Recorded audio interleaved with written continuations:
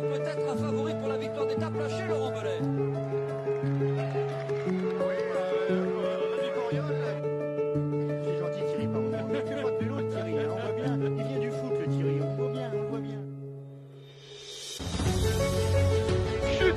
Chute, un coureur, Patrick. Un coureur est tombé dans le ravin, Patrick.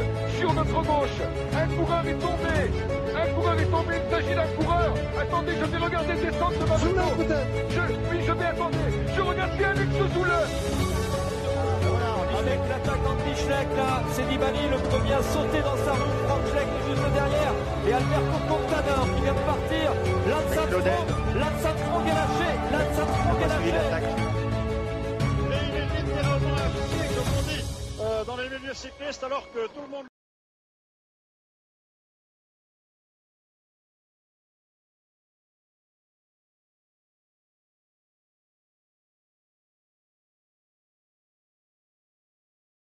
Oui. Très bien.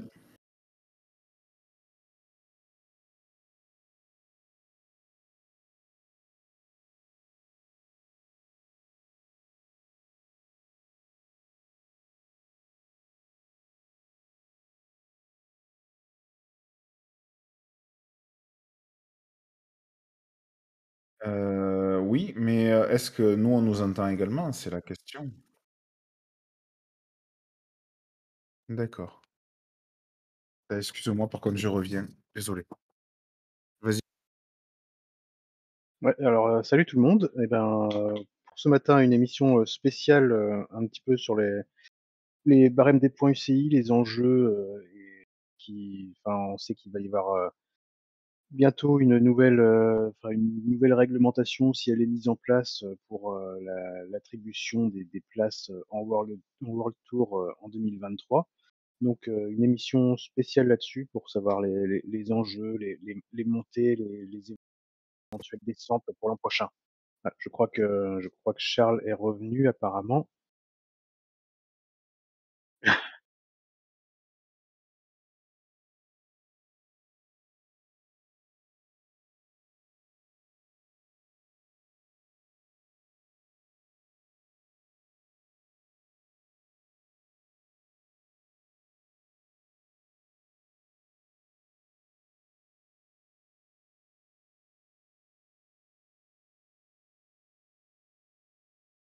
Putain, ça va être compliqué.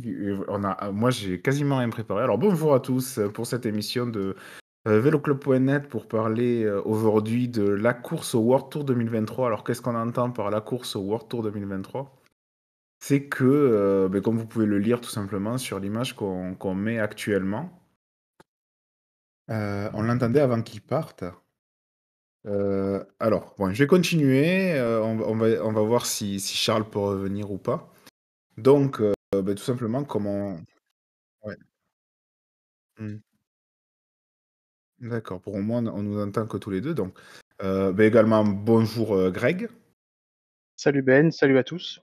Alors, bonjour Charles, mais bon, là, il dit bonjour, mais vous ne l'entendez pas. Donc, on arrive sur une fin de 3 années où les équipes World Tour vont être redispatchées par rapport à leur classement par points. Alors, bien entendu, tout ça à prendre un peu avec des pincettes, parce que l'UCI craint toujours un recours judiciaire, donc on entend souvent parler, et puis ça peut faire pchit. Mais bon, au cas où, on va voir si la liste des 18 équipes mandatées au World Tour change. Et ça va se faire sur un classement cumulé de 3 ans.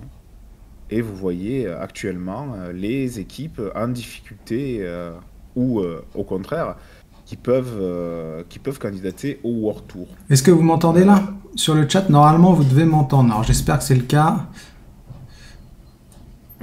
Désolé pour le petit couac, mais pas de souci.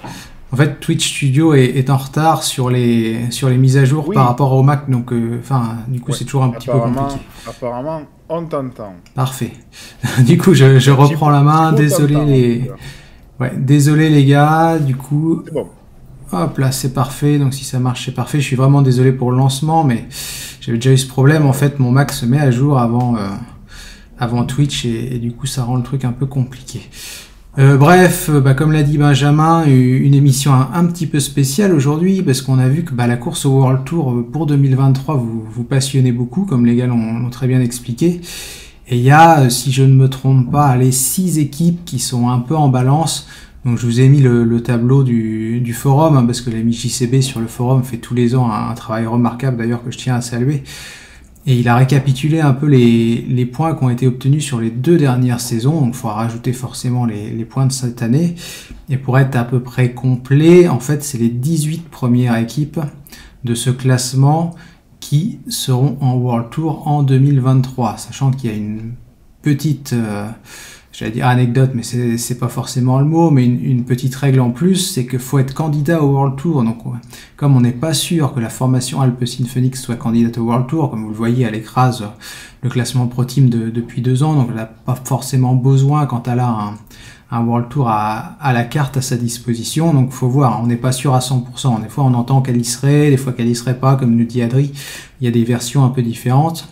En tout cas, ce qui est sûr, c'est que c'est les 18 premières équipes candidates qui seront en World Tour. Et on va faire comme si Alpecin y était, parce que sinon ça va être compliqué. Mais en tout cas, il y a une vraie lutte. Et comme je le disais, il y a 6 équipes qui sont en balance. Donc Israël Premier Tech, Intermarché ou Antigobert, Arkea Samsic, Cofidis, Lotto Soudal et Total Energy. Même si Total Energy est vraiment loin et ferait une grosse saison des coéquipiers de Peter Sagan pour briller, les gars. Ouais, c'est ça, mais justement, Total Energy a fait un gros recrutement, très certainement un petit peu dans ce but-là, et aussi parce que Total voulait avoir des noms un peu ronflants, on va dire.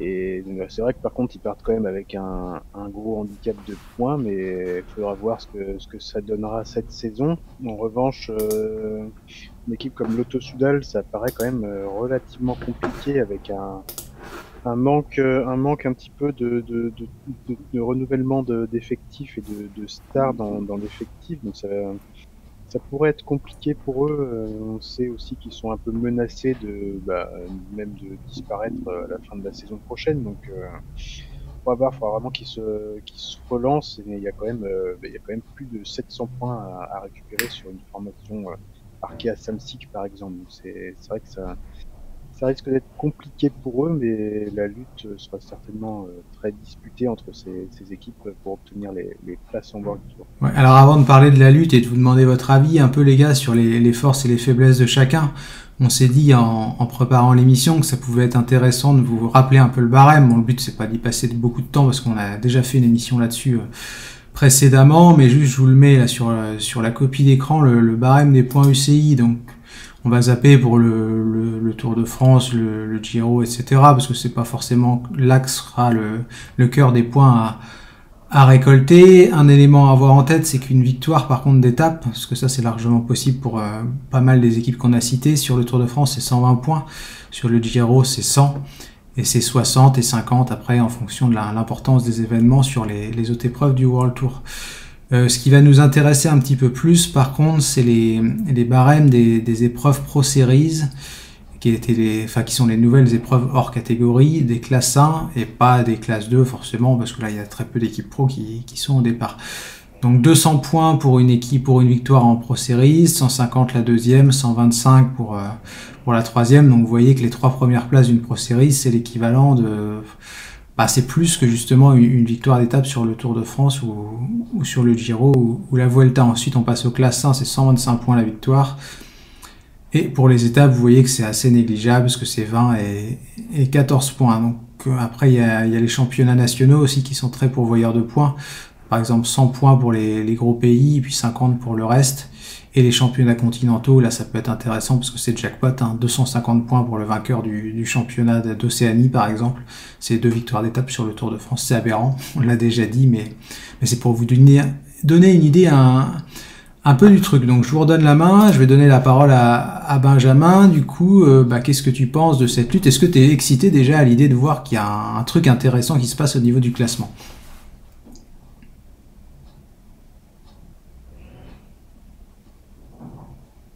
Ah, on a perdu Benjamin. Du coup, désolé, on a des petits Parce que soucis. j'ai éteint le micro et là, je viens de le rallumer.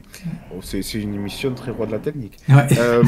Non, je disais que oui, c'est très excitant parce il y a quelques années, on avait vu la lutte avec Total Direct Energy pour la première place des Continental Pro. Ça nous avait tenu en haleine toute la fin de saison. Alors malheureusement pour eux, ils n'avaient pas recruté derrière, donc ça n'avait pas servi à grand chose. Mais ouais, donc là, c'est sur toute une saison avec des conséquences encore plus grandes. La question que je me pose également, parce que j'avoue que je n'ai pas regardé, est-ce qu'il y a des équipes, avant de faire mon laïus, est-ce qu'il y a des équipes qui pourraient s'arrêter?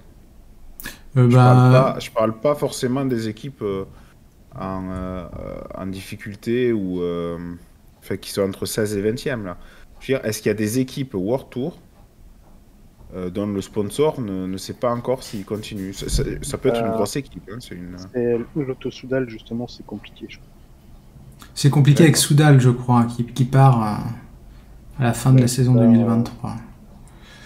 Ouais, on nous dit Astana sur le chat. Bah ouais, c'est vrai, les gars, il y a une incertitude sur Astana, mais elle est plus liée à la situation politique du pays. Parce que ça peut remettre en question beaucoup de choses également. Maintenant, si on parle des dynamiques et des effectifs avec les recrutements, tout ça, si Alpecin candidate au World Tour, ils y seront. Je ne les vois pas se faire rattraper. Oui, parce qu'ils sont très bien placés. Ou alors, il y aurait une équipe qui les rattraperait, mais il y en aurait une et pas deux. Quand on regarde ces 5 équipes, en fait, celles pour lesquelles... Déjà, Benjamin, est-ce qu'on peut en enlever une? Est-ce que, par exemple, Israël Premier Tech, qui a quand même un peu d'avance, vu leur effectif avec des mecs qui vont quand même assez vite, hein, je vois des Nizzolo, ils ont beaucoup de sprinters qui peuvent ramener des points, il y a Michael Woods, etc. Fuglsang, est-ce que tu les laisses dans cette liste, toi, déjà, à la base? Moi, je suis même inquiet pour eux. Tu es inquiet pour eux, toi? Ouais, parce que... Alors, c'est vrai qu'il y a Nizzolo, mais après, c'est un effectif qui est quand même en grande partie vieillissant. Donc, généralement, quand un effectif, les leaders ont plus de 30 ans, ils vont pas en s'améliorant. Ils n'ont pas Valverde, donc ils vont pas s'améliorant. Ils n'ont pas une avance énorme. Sur le 19e, ils ont 800 points. À peu près, ouais. Or, le 19e, c'est Cofidis qui, je trouve, a fait un bon recrutement. On y reviendra. Ils ont perdu du monde, ils en ont récupéré aussi. Israël, le souci, en fait, c'est par rapport plus au calendrier de course. Je m'explique. Israël est une équipe qui a l'habitude de courir un peu partout, et avec son statut World Tour, n'a pas forcément été trop touché par le Covid, en le sens que les courses qu'ils n'ont pas pu faire, ils pouvaient les remplacer parce qu'ils étaient invités partout. De plus, les courses qu'ils faisaient, ils ont toujours eu plus ou moins une concurrence à la hauteur de ce qu'ils auront cette année. C'est-à-dire une adversité niveau plus ou moins World Tour. Alors, je sais que je m'exprime très mal, mais je vais m'expliquer. Je vous prends par exemple les équipes françaises et peut-être belges également, mais belges, je ne sais pas trop parce que je connais moins la question. Si on est sur une année, on va dire, disons normale, hormis peut-être le début de saison qui est un peu perturbé puisqu'il n'y a pas le San Luis, il n'y a pas le Down Under. Eh bien, si on est sur une saison dite plus normale, alors les équipes françaises et sans doute belges vont marquer plus de points. Pourquoi? Parce que l'adversité sur les Coupes de France, etc., va baisser. Il y aura plus de courses, donc il y aura moins d'équipes World Tour avec de forts effectifs qui viendront, qui devrait leur permettre de marquer plus de points. Alors qu'Israël, j'ai pas l'impression qu'ils aient cette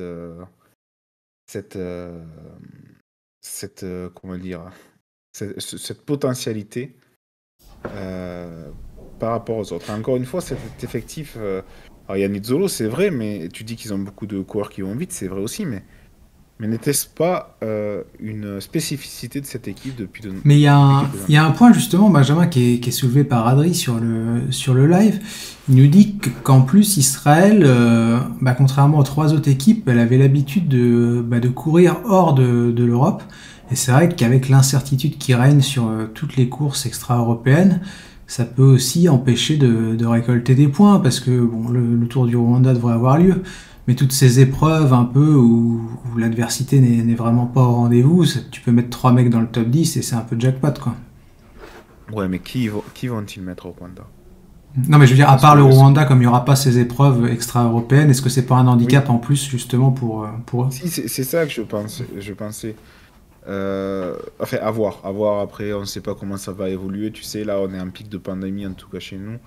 Après, des fois, ça s'améliore et les courses réapparaissent. Mais par exemple, le Down Under, qui pour moi ne réapparaîtra pas. Enfin, je pense pas, je vois pas le Down Under réapparaître dans l'année, surtout Non, avec non, il y avait une rumeur et ils ont mis un terme à la rumeur du Down Under en septembre.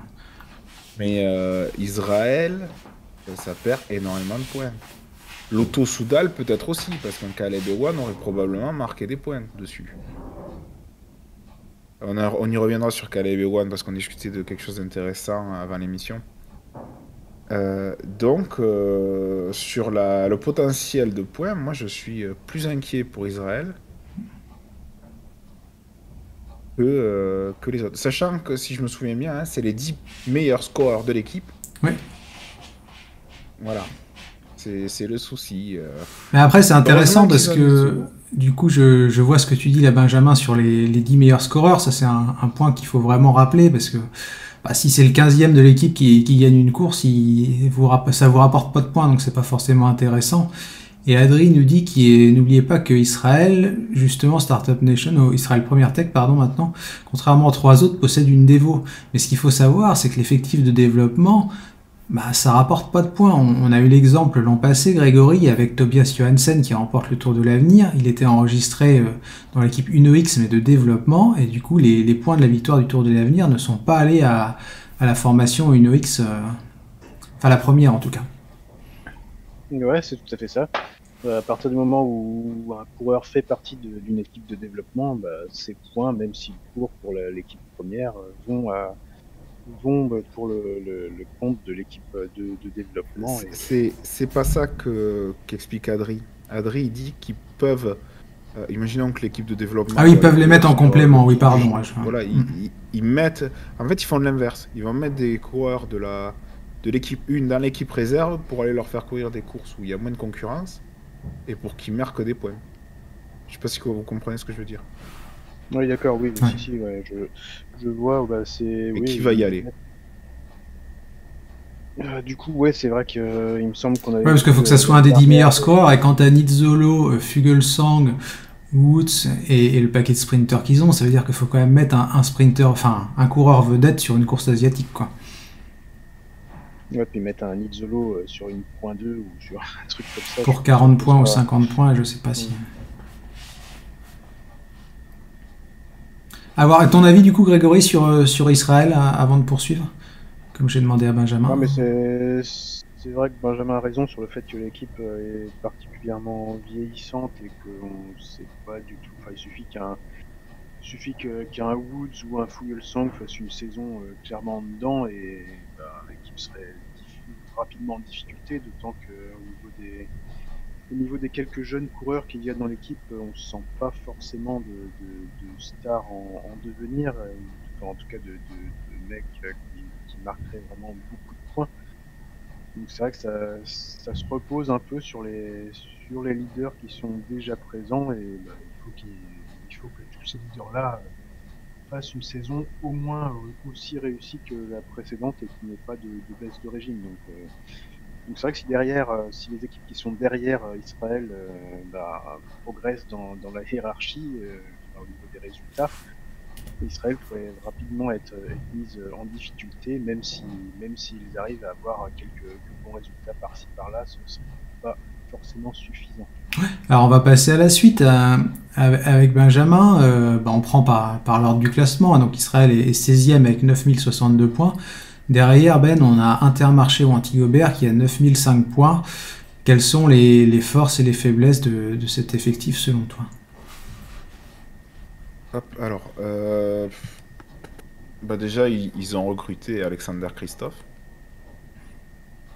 Quand on sait les points que peuvent rapporter un sprinter, Alexander Christophe qui a fait une deuxième partie de saison dernière qui est quand même assez bonne avec plusieurs victoires. Euh, Ça, c'est pas mal. Et puis surtout, le coureur,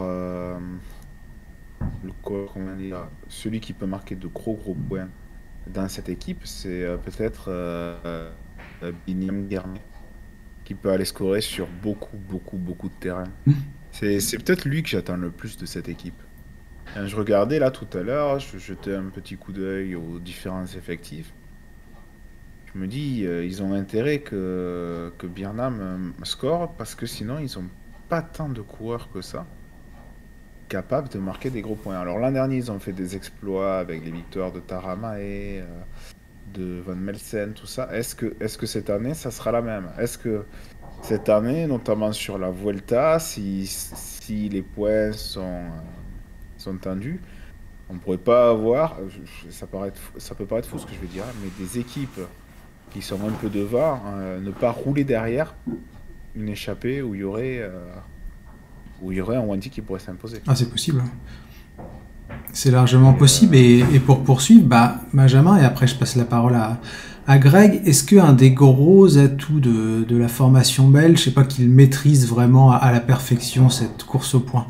Parce qu'on le rappelle, hein, ils se sont battus plusieurs fois avec Direct Energy à l'époque et ils avaient tiré leur épingle du jeu en maîtrisant à merveille, justement, comme je disais, ce calendrier, quoi.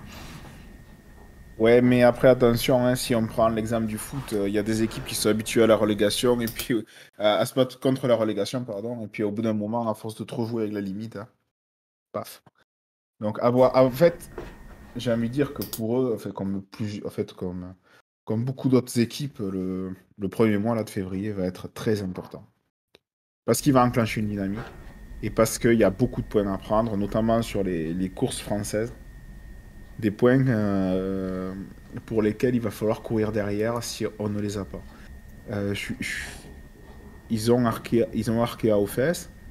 Donc si ça se passe mal, ils peuvent avoir Arkea à revenir, peut-être même Cofidis. À voir pour l'auto quand même, là il y a plus de 1000 points d'écart. Et par contre, si ça se passe bien, il pourrait être devant Israël, qui a que 50 points d'écart.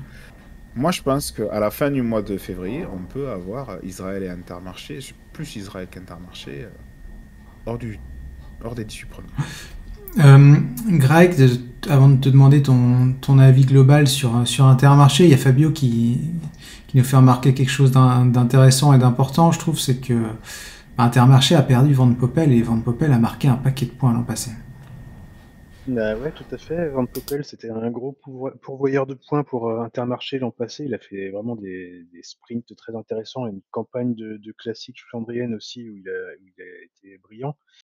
Et ouais, bah, est-ce que Christophe saura faire aussi bien que Van Poppel l'an passé? J'en suis pas persuadé, mais on sait jamais. Et puis d'un autre côté, ils ont aussi perdu Eking avec sa super Vuelta notamment. C'était quand même pas mal de points également. Et encore à côté de ça, pour continuer sur la qualité de l'effectif en général d'Intermarché et leurs points, il y a quand même certains points qui sont sujets à qui sont vraiment incertains, qui sont pas forcément assurés pour cette année, notamment les super victoires de Taco van der Hoorn l'année dernière. Est-ce qu'il arrivera à faire aussi bien cette année? C'est pas forcément garanti. Il y a eu pas mal de chance, même si c'est un énorme finisseur, donc on n'a pas toujours autant de réussite d'une année sur l'autre. Donc c'est vrai qu'il y a quand même pas mal d'incertitudes là-dessus. D'un autre côté, Intermarché, c'est aller c'est aller chercher des points en dehors du circuit World Tour quand il y en a besoin. Donc ça peut être très intéressant pour eux et ça peut les aider à se maintenir. Maintenant, la lutte sera quand même très compliquée avec Cofidis et Arkea notamment, je pense. Mais on va voir, j'espère aussi que Guillaume Guirmet saura s'affirmer comme un peu le leader de l'équipe sur pas mal de terrains, que ce soit dans sur les classiques un peu difficiles où il saura faire parler normalement sa vitesse de pointe pour régler les petits groupes. Alors on va passer à la troisième équipe, après ce bilan un peu bien complet sur Intermarché, justement. Greg, tu l'évoquais, c'est Arkea Samsic, et je vais repasser la parole à Benjamin. Du coup, Arkea Samsic, 8697 points, donc 18e. Pour l'instant, elle est dans les formations qualifiées. Et bah pareil, hein, même question que tout à l'heure. Ben, quelles sont les forces et les faiblesses de la formation d'Emmanuel Hubert?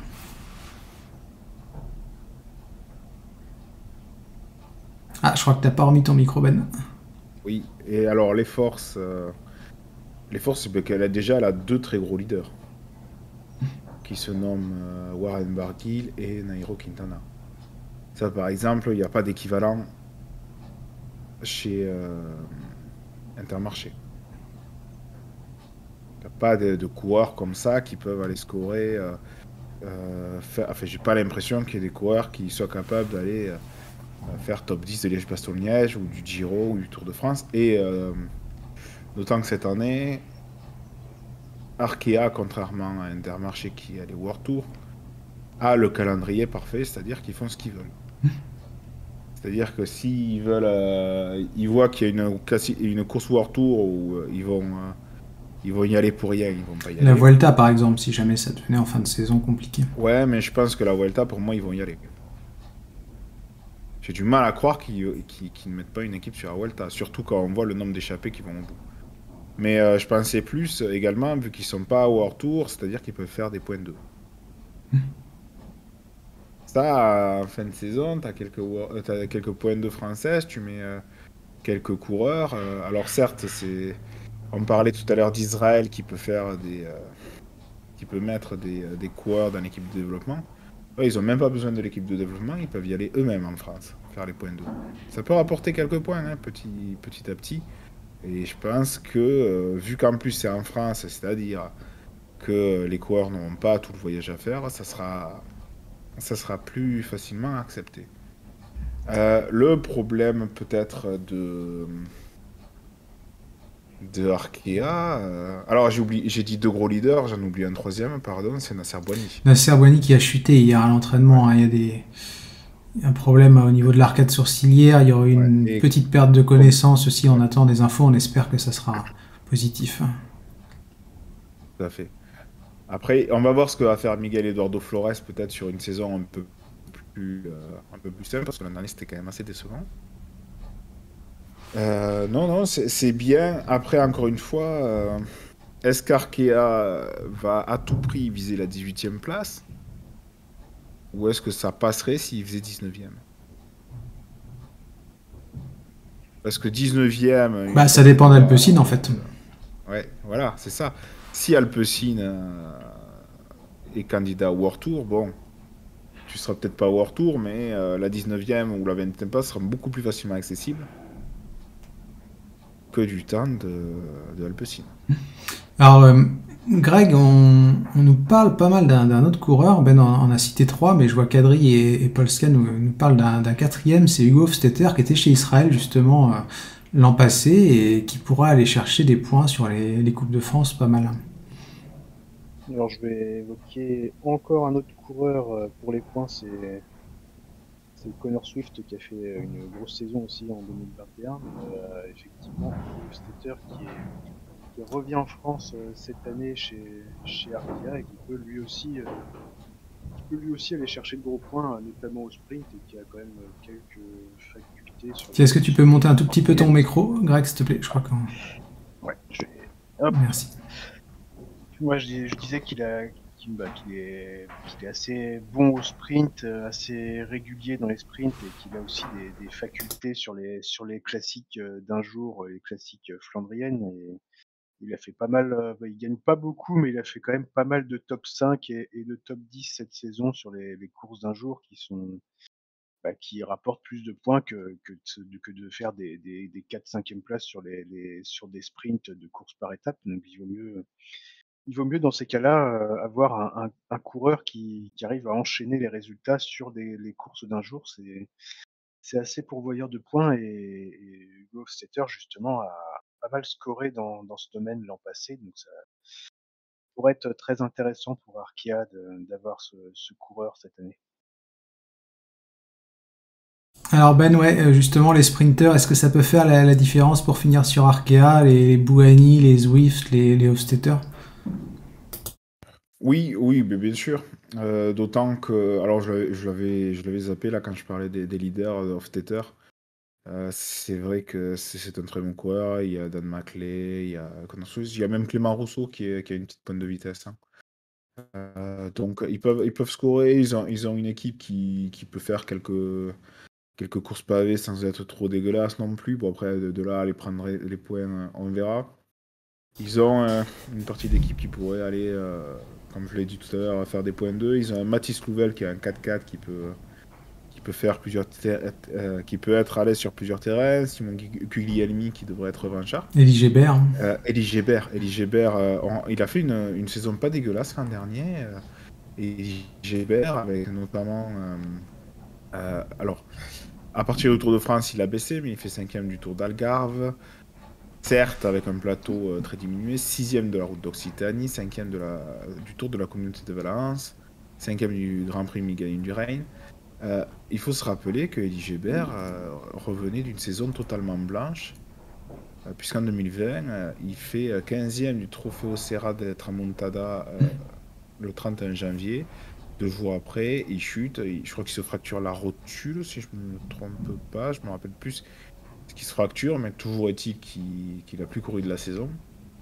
Donc maintenant avec une saison dans les jambes, on va voir ce qu'il va pouvoir faire. Et sinon, un coureur qui peut marquer des points sur les petits tours, avec un contre-la-montre et pas trop dur derrière, c'est Thibaut Guernalec.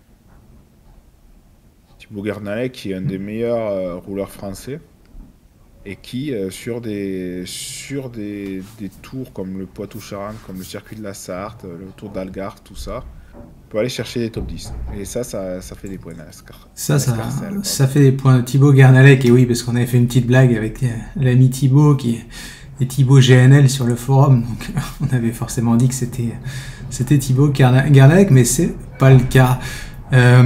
Ou ça, tu sais pas. Ça, on sait pas, si ça se trouve, il nous ment, mais je crois qu'il est un peu plus fan de la FDJ, Thibaut, donc du coup, il y a un petit truc par rapport à ça.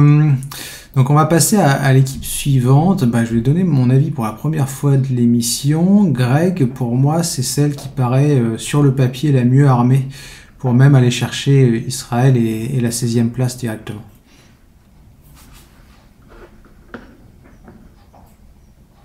J'entends plus Greg. Ah, Greg, on t'a perdu en route. Décidément, ce matin, on n'y arrive pas. Tu étais resté directement sur Arkea Samsic. Ah non, j'étais sur Cofidis.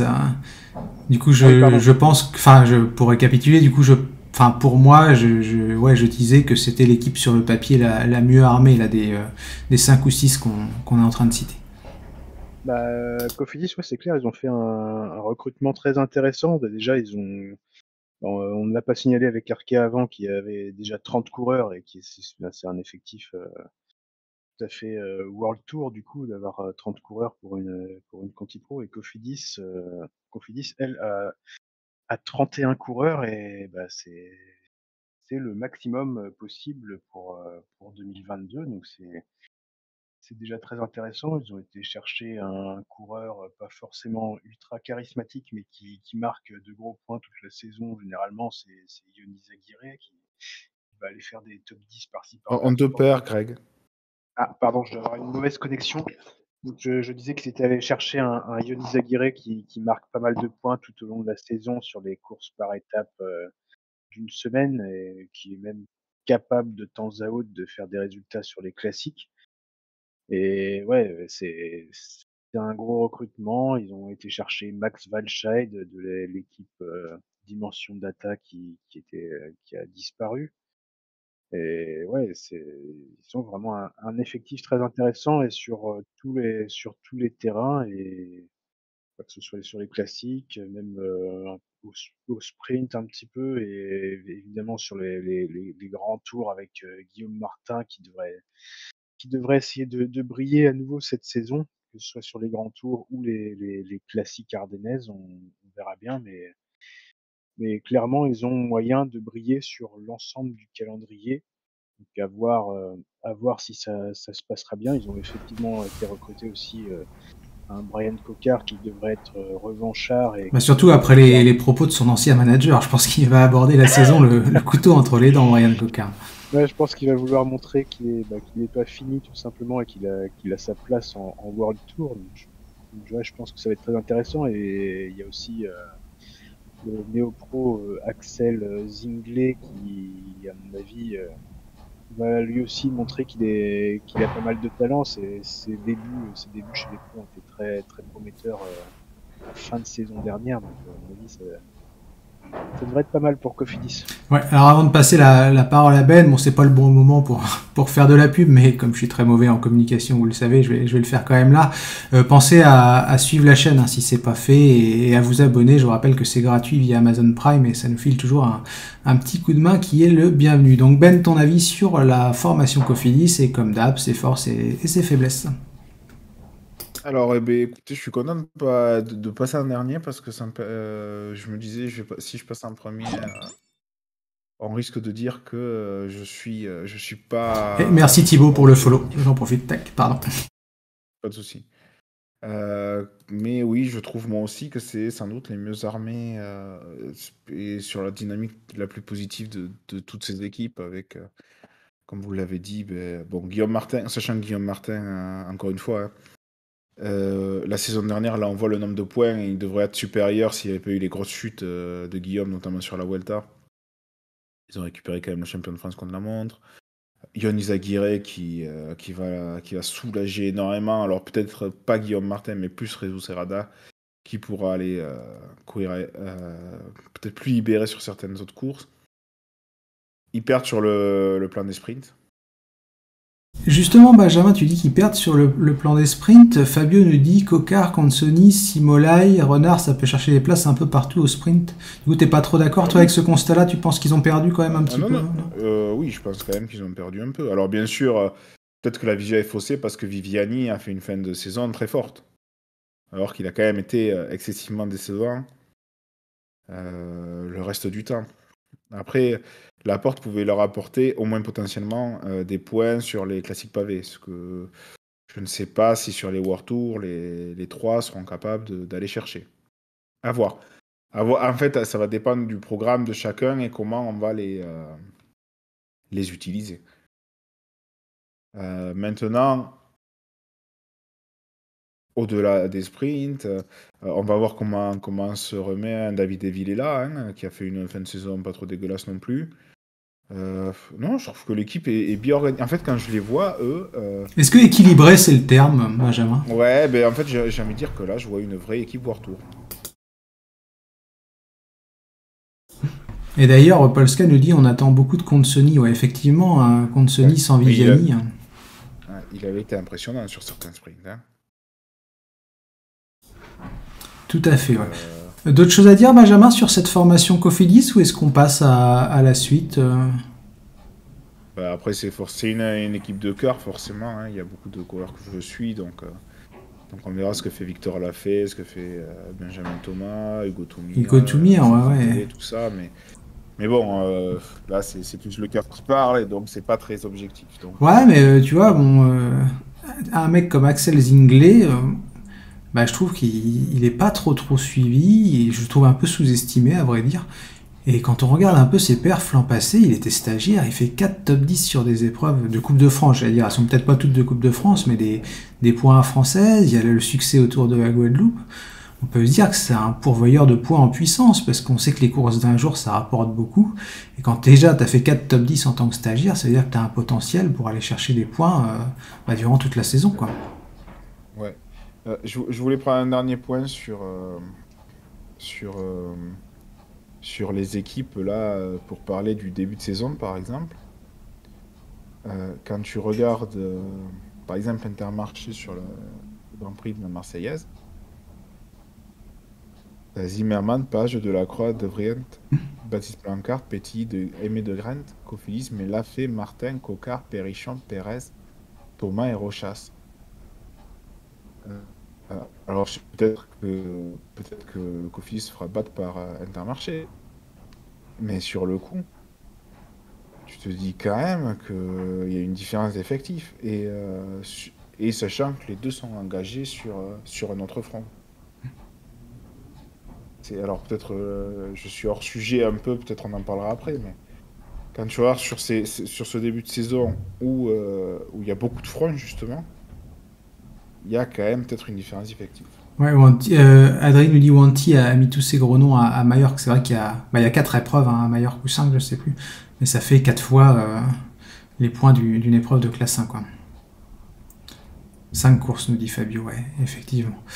On va passer à la suite, du coup, avant d'avoir un pronostic un peu plus global. La dernière formation, donc on va évoquer, parce que je pense quand même que Total Energy est très loin, et bon, on en dira un mot vite fait tout à l'heure, mais c'est Lotto Soudal. Alors je vais donner mon avis vite fait avant de passer la parole à Greg. Moi je pense sincèrement que si elle est vraiment intelligente, j'attaque pas les facultés intellectuelles des managers ou des directeurs sportifs, je dis intelligente sur le programme de course et sur les choix à faire. Pour moi, c'est la formation qui est la mieux armée, parce que si Caleb Ewan est bien utilisé, qu'il est envoyé sur les hors-classe, les Pro Series, il peut faire 2000 points dans la saison, et ça peut être un vrai carnage quand on pense qu'il y a des mecs comme Arnaud Delis que tu peux envoyer et qui doit encore se faire de l'expérience, mais que tu peux envoyer sur des classes 1, un Florian Vermersch qui sur les Flandriennes, s'il a le même niveau qu'à Roubaix, peut être aussi exceptionnel. Si vraiment on va pas du tout sur les courses par étapes, comme malheureusement ça semble être le cas, et qu'on se concentre sur les épreuves d'un jour, je pense qu'il peut faire un carton énorme. Mais je suis pas certain que ça soit le cas. Donc voilà pour mon avis, et je passe la parole à Greg. Alors, en ce qui me concerne, j'ai des coupures, donc je sais pas si c'est le cas de tout le monde. J'ai des coupures aussi quand Charles parle. D'accord, mais ouais, toutes petites, mais... Concernant Lotto Soudal, le souci que je vois, c'est la gestion du calendrier de Caleb Ewan. Alors, je ne sais pas qui s'occupe d'organiser ce calendrier, si c'est selon les préférences du coureur ou du staff, mais toujours est-il que Caleb Ewan va disputer pas mal de courses par étape, au détriment de certaines classiques où il pourrait s'imposer sans trop de difficultés, ou au moins assurer des podiums. Et le souci, c'est qu'il risque, en cas il risque de pas marquer énormément de points, même s'il gagne pas mal d'étapes, par exemple sur un Giro, ou même quelques sprints du Tour de France. Ça ne rapporte pas autant de points que de faire des grosses perfs sur pas mal de courses d'un jour. Il va pas empiler les points comme certains pourraient le faire. Donc c'est un jeu un petit peu risqué. Ça obligera certainement d'autres coureurs à marquer pas mal de points à sa place sur d'autres épreuves du calendrier. Donc j'espère pour eux qu'ils arriveront à avoir suffisamment de coureurs efficaces, notamment au sprint, sur des classiques d'un jour. Mais en dehors de Caleb Ewan, il n'y a pas forcément énormément de gars efficaces au sprint, donc ça risque d'être compliqué. Et après, ouais, c'est vrai qu'on a Florian Vermersch qui a fait un super Paris-Roubaix. Je suppose qu'il sera le leader cette fois-ci, avec Philippe Gilbert un peu vieillissant. Il sera le leader pour les courses flandriennes, et je pense qu'il pourra enchaîner un peu les résultats de ce côté-là. J'espère qu'il aura de la réussite. Et c'est vrai que, niveau profondeur d'effectif, c'est pas forcément extraordinaire, et ça risque d'être compliqué pour marquer suffisamment de points d'ici la fin de saison, compte tenu de l'organisation un peu des calendriers des leaders. Et dernier point, c'est il faudrait aussi que Tim Wellens, qui est quand même un des grands leaders de l'équipe, relance un peu sa carrière sur cette saison, qu'il arrive à sortir les saisons qu'il faisait il y a 2-3 ans. Ce serait déjà, ça aiderait pas mal l'équipe Lotto Soudal. Ouais, c'est vrai que c'est un élément important. Ton avis, Ben, du coup, sur la Lotto Soudal, ses forces et faiblesses, et puis une question complémentaire. Elle a, si je ne me trompe pas, un peu plus de 700 points, 750 points de retard sur la 18e place. Est-ce que c'est rattrapable ou pas, hein, selon toi? Oh, bah oui, c'est rattrapable. Maintenant, est-ce qu'ils vont le faire? Ça, je suis moins sûr. Ils ont de très gros talents, hein, la Lotto Soudal, de très jeunes talents à qui on promet un très grand avenir. Alors, peut-être que le plus connu, c'est Florian Vermeersch. Il y a Arnaud Delis qui a 19 ans, qui a scoré pas mal sur les points 2 l'an dernier. Maintenant, la question, c'est est-ce qu'ils vont être assez armés et, et mentalement pour briller dès cette année et rapporter assez de points? Parce que Michael Bewan, qui, on l'a déjà dit et répété, va, semble-t-il, faire un programme de leader et en même temps, Caleb Ewan, peut-être qu'il a dit moi je veux faire ça, vous me cassez les pieds, je sais pas si je serai dans l'équipe l'an prochain.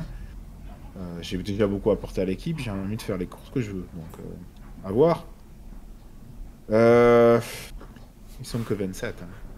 C'est vrai que ça peut être un élément. On parlait de profondeur d'effectifs. Au moment où il faudra aller chercher un troisième front, est-ce que 27, quand il y a des blessés, des mecs moins en méforme, est-ce que ça peut pas être juste, quoi? Des Covidés. Ouais. Compliqué. Et puis, Philippe Gilbert, 39 ans. Hein. Est-ce qu'il sera dans les 10 coureurs de l'équipe, Philippe Gilbert? Pour moi, non. Je sais pas. Je sais pas, parce que c'est qui que tu vois dans les 10 coureurs? Bah, je pense que déjà, tu as Florian Vermeersch et Caleb Ewan, Andreas Kron. Attention, il a fait c'était exceptionnel ce qu'il a fait sur Paris-Roubaix. On va voir sur une saison normale ce que ça va donner. Bah, Florian Vermeersch, en fait, ce qui me fait dire qu'il sera de toute façon dans les 10, c'est qu'il risque de faire que des courses d'un jour. Et comme on le disait, vu le barème, même si tu fais 7-8e, au final, tu accumules assez vite les points. Timo Ehlens, je pense qu'il sera dans les 10 aussi, parce qu'il fait aussi beaucoup de courses d'un jour. Enfin, déjà, tu vois, on citait l'exemple de Majorque, et je trouve qu'il est vachement intéressant, parce qu'un mec qui est en forme à Majorque, dans un moment de la saison qui est juste là, qui arrive, où tout le monde n'est pas forcément au même niveau de forme, justement, tu peux vite marquer des points, parce que c'est 125 points par victoire. Bon, je dis pas qu'on peut gagner 4 épreuves, hein, mais si tu fais aller 3 podiums, tu peux vite te retrouver avec 200-300 points, et lancer ta saison déjà et être quasiment assuré d'être dans les 10 meilleurs scoreurs de l'équipe, parce qu'en général pour ces équipes-là, la 10e place joue aller, enfin, vous me corrigez si je dis des conneries, mais aux alentours de 200 points je crois environ. Après, par exemple Thomas de Rennes, ça fait joli sur le papier, mais l'année dernière on a mis sa victoire d'étape sur le Tour de Catalogne, il n'a absolument rien fait. On comptera sur Campenart aussi sur les chronos des mondiaux, des championnats d'Europe, il y a des points à prendre, et ouais, ça. Mais bon, en face, c'est très armé aussi. Hein. Le problème, c'est en fait, je dis pas que l'équipe est mauvaise, loin de là. Et elle est en World Tour, mais déjà les points de hop, on les enlève parce qu'elle est World Tour. Ils sont que 27 et ils ont beaucoup de points à rattraper. Et ils ont déjà 300 points à rattraper sur Cofidis. Si on passe, et Cofidis qui, je trouve, est mieux armé qu'eux. Après, oui, je pense aussi. Parce que je connais plus les Français que les Belges. On passe à Arkea, 700 points de retard. 700 points de retard avec l'an dernier un Quintana qui n'a pas été top. Il faut aller chercher 1000 points sur les deux autres. Il n'y avait pas Hofstetter. Ça me paraît compliqué. Ça paraît compliqué. Alors pour justement revenir de manière à un voir. peu... Si Ewan gagne Milan-San Remo, mais bon... Oui, ça peut aussi changer la donne. C'est parce que Milan-San Remo, c'est 500 points. Donc déjà, si tu gagnes Milan-San Remo, ça te remet un peu dans le match. Oui, ce qui n'est pas forcément une chose aisée, mais... Du coup, c'est vrai que ton exemple était très pertinent, Ben, sur ce coup-là. Je passe à Total Energy rapidement. Du coup, je pense qu'on peut zapper. Je suis vraiment désolé pour tous les supporters de l'équipe. Pardon, Greg. Non, j'allais juste te dire, en fait, concernant Milan-San Remo, que Ewan a déjà fait deuxième en 2021 de Milan-San Remo. Il gagnerait pas énormément de points à remporter la course. Ça ferait pas un différentiel de points énorme par rapport à cette année. de remporter Milan-San Remo. Du coup, il faudrait quand même aller chercher pas mal de points ailleurs. Ouais, mais sauf que je pense que tu confonds, Greg. Cumule, il n'y a pas de cumul. Le cumul, il est que pour le classement individuel. Parce que, en fait, si je me trompe pas, il n'y a que le classement individuel qui est roulant, comme le classement ATP au tennis. Pour le classement par équipe, on repart de zéro à chaque début de saison, en fait. Donc, du coup, si tu scores sur Milan-San Remo, tu as les 500 points. Ah oui, au classement par équipe, pas au classement individuel, parce qu'on forcément on t'enlève ceux de l'année d'avant. Mais c'était juste pour dire qu'ils avaient déjà fait un résultat proche en fait en 2021. Oui. Du coup, il manquerait quand même quelques ah oui, d'accord. Ah oui, tout à fait. Oui, pardon, j'étais parti sur autre chose. Donc bref, on poursuit. Total Energy, ça me paraît compliqué. La 18e place, elle est à 4200 points. 4200 points, c'est énorme. Hein. C'est des saisons à la Van Aert ou à la Roglic, donc je vois mal Peter Sagan aller faire ce type de saison. Ça me paraît quand même assez compliqué. Donc les gars, on a 5 formations qui sont en lutte pour ces places-là. Comme on a dit au début, on va partir du principe qu'Alpecin sera candidate, sinon ça devient trop hypothétique et trop compliqué, et qu'il n'y aura pas de disparition d'équipe, parce que ça, forcément, on ne le maîtrise pas et on l'espère pas. Rapidement, et puis vous aussi sur le live, hein, donnez-nous vos avis. Il y a 3 places à prendre pour 5 équipes. Quelles seront, à votre avis, les formations qui resteront en World Tour l'an prochain? Je vais commencer par toi, Benjamin. Cofidis, Intermarché. Alors pour la dernière, hein. Là je galère pour la dernière. Ouais. Allez, je vais être chauvin, je vais dire Arkea. Donc Cofidis, Intermarché. Pour les 2 premières, je suis plutôt sûr. Pour la dernière, moins. Ouais, alors pour laisser le temps de réfléchir à Greg, je reprends les commentaires sur le chat en attendant. Fabio lui nous dit Lotto et Israël qui descendent. LV Cycling, Cofidis en tête, ouais, j'imagine. Et puis Greg, si t'es bon, sinon je peux donner mon avis, c'est comme tu veux, si tu veux. Non, vas-y, je vais donner mon avis après. Ouais, et moi je vois aussi Cofidis dans les 3, parce qu'on parlait beaucoup de profondeur à un moment d'effectif, avec des Izaguirre et un Guillaume Martin et Rada, enfin tous les sprinteurs que vous avez cités, hein, qui sont pourvoyeurs de points comme vous le savez, ça me paraît vraiment très bien. Derrière, je vois bien Intermarché ou Antigobert, parce que, comme on l'a dit aussi, ils maîtrisent à la perfection, ils savent où aller pour faire des points, donc je les vois bien tirer leur épingle du jeu, surtout qu'en plus, ils sont déjà 17e, donc il y a un peu d'avance. Et la 3e, c'est pas facile, mais Israël, je dirais. Parce qu'eux aussi, ils ont fait la course au point à un moment, je me rappelle plus en quelle année c'était une de leurs premières saisons. Ils avaient bien géré, il y a quand même des mecs comme Nizzolo, comme Wood, si ça marche sur les courses d'un jour, ça peut monter très haut. Ils recrutent un peu n'importe comment. Oui, ils font un peu n'importe quoi, et puis il y a un handicap de 5 millions aussi, qui sert pas à grand chose, puisque Chris Froome malheureusement sera pas dans les 10 coureurs, je pense, en fin de saison. Mais bref, pour moi, Israël, Intermarché et Cofidis, et du coup ça laisserait Arkea et Lotto Soudal sur la touche. LV Cycling nous dit Lotto out. Donc du coup, à toi Greg. Je pense un peu pareil en fait que toi. Je pense que Cofidis va se maintenir largement, et à mon avis ce sera l'équipe qui aura le plus de points dans toutes ces équipes-là à la fin de saison. Derrière, je pense que ça va être quand même relativement serré, mais malgré tout, j'imagine quand même si l'effectif fait pas forcément rêver, j'imagine quand même que Israël va réussir à se sauver, et Intermarché aussi, et Arkea qui serait la première équipe derrière à ne pas être World Tour, mais qui à mon avis aura un calendrier à sa convenance malgré tout en 2023. Ce serait un peu tout le monde gagnant sauf Lotto Soudal qui, je vois mal comment il pourrait rester, comment il pourrait réussir à se sauver entre la menace des sponsors qui disparaissent et les calendriers bizarres. Alors à moins qu'il y ait un calendrier fou de certains et des explosions de coureurs, des explosions de talents, je vois pas comment ils pourraient se maintenir.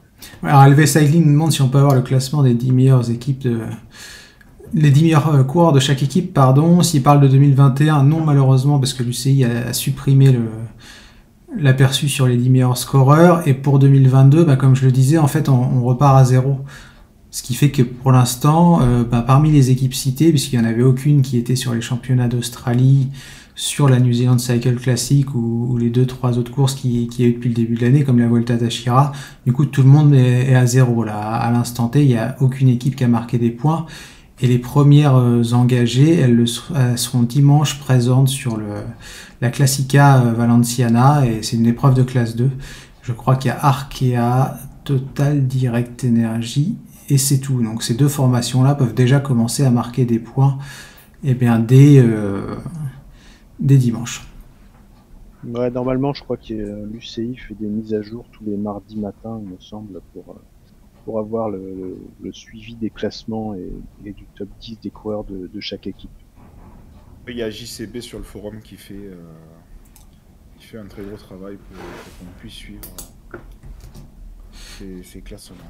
Ouais, justement, je vais vous mettre le lien du forum, parce que ça c'est intéressant, parce que c'est vrai que JCB, comme on l'a dit en introduction, mais comme ça a coupé, vous m'avez peut-être pas entendu, fait un super boulot de mise à jour. Donc voici le lien si vous voulez suivre durant toute la saison l'évolution de ce classement. Je pense qu'on fera des points réguliers, parce que ça passionne vraiment pas mal de monde, que ce soit sur Twitter les gars ou sur notre forum. On voit qu'il y a un véritable attrait et un véritable enjeu par rapport à tout ça.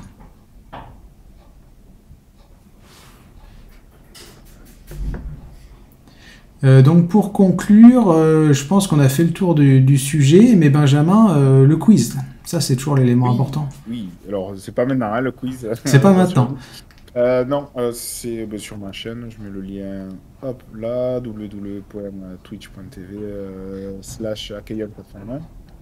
Chaque mardi à 18h30, un quiz Tour de France avec classement en général, puisque je compte autant selon le classement de chaque quiz. C'est 20 questions chaque fois, 20 questions pour le classement général, dont 3 qui comptent pour le classement de la montagne, parfois plus selon le type de l'étape. Une 21e question qui compte pour le maillot vert.